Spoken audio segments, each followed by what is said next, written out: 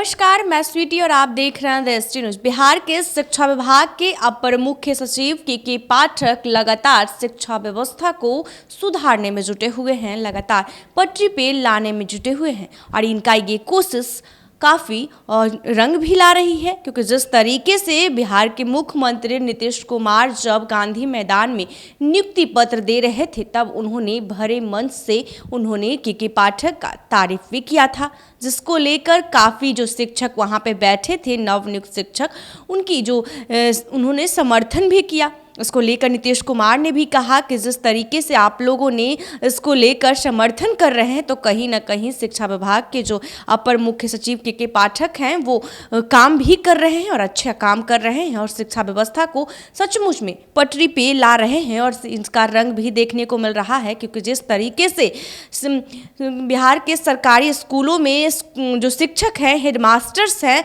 और जो बच्चे हैं, उनकी उपस्थिति जो है काफ़ी दर्ज किया जा रहा है, रिकॉर्ड तोड़ दर्ज किया जा रहा है। इसको लेकर कहीं ना कहीं अब शिक्षा व्यवस्था बिहार का सचमुच में सुधर रहा है और पटरी पे आ चुका है।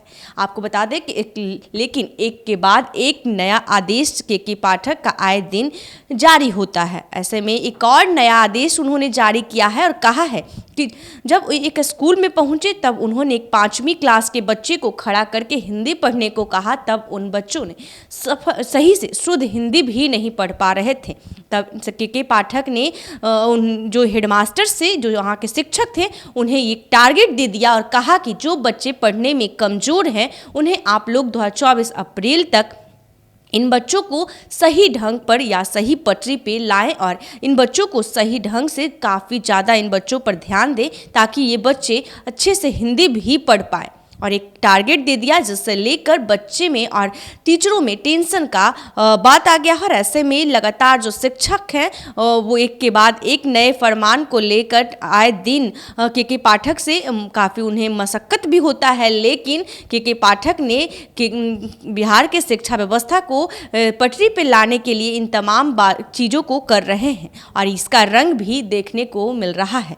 आपको बताते चलें कि जिस तरीके से जब वो स्कूल में पहुँचे तब उन्होंने एक बच्चे को हिंदी पढ़ने के लिए बोला, तब बच्चे के द्वारा जो हिंदी पढ़ा गया वो शुद्ध हिंदी तक नहीं पढ़ पा रहे थे। इसको लेकर एक शिक्षकों को बड़ा टारगेट दे दिया गया है और ऐसे में आपको बताते चलें कि पाठक की ओर से पढ़ाई में कमजोर छात्रों के लिए कोशिशें तेज कर दी गई है। उन्होंने बिहार के सभी जिलाधिकारियों को एक पत्र जारी किया है, उसमें 1 दिसंबर से आधार पर अपने क्षेत्र में पढ़ाई और इसकी प्रगति की निगरानी का अनुरोध किया है। पत्र में कहा गया है कि मिशन दक्ष के प्रभावी क्रियान्वयन के लिए जिलाधिकारियों की अध्यक्षता में जिलावार निगरानी समितियां बनाई जाएंगी। पत्र के अनुसार जिलाधिकारियों ने जुलाई में नियमित निरीक्षण और निगरानी शुरू की है और यह पाया है कि लगभग सभी सरकारी स्कूलों में पढ़ने लिखने में कमजोर छात्रों की संख्या काफ़ी अधिक है।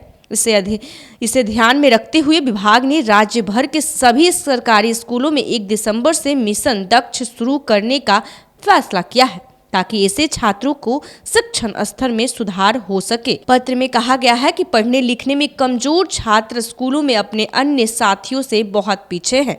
उनमें से कुछ उच्च प्राथमिक कक्षाओं में पढ़ने के बावजूद हिंदी के सरल शब्दों को ठीक से पढ़ने में असमर्थ हैं।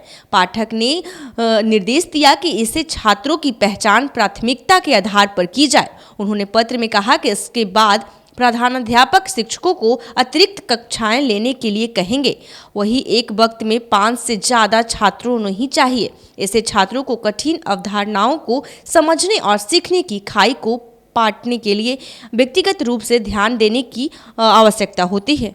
उन्होंने कहा कि सभी 25 लाख लगभग ऐसे कमजोर छात्र अप्रैल 2024 में अंतिम परीक्षाओं में शामिल होंगे। यदि ये छात्र परीक्षाओं में फेल होते हैं तो शिक्षा विभाग उनकी संबंधित हेडमास्टर, शिक्षक और प्रधानाचार्य के खिलाफ कार्रवाई करेगा। के पाठक के मुताबिक यदि छात्र अप्रैल 2024 में आयोजित होने वाले परीक्षा में बेहतर नहीं करते हैं तो इसका सीधा असर हेडमास्टर और शिक्षकों पर पड़ेगा। बिहार सरकार राज्य में शिक्षा की गुणवत्ता में सुधार के लिए लगातार कदम उठा रही है। इससे पूर्व के पाठक की ओर से जिला के शिक्षक अधिकारियों को उन छात्रों के माता पिता से बात करने की सलाह दी गई थी जो स्कूल में आते नहीं हैं, जिनकी उपस्थिति बिल्कुल कम है।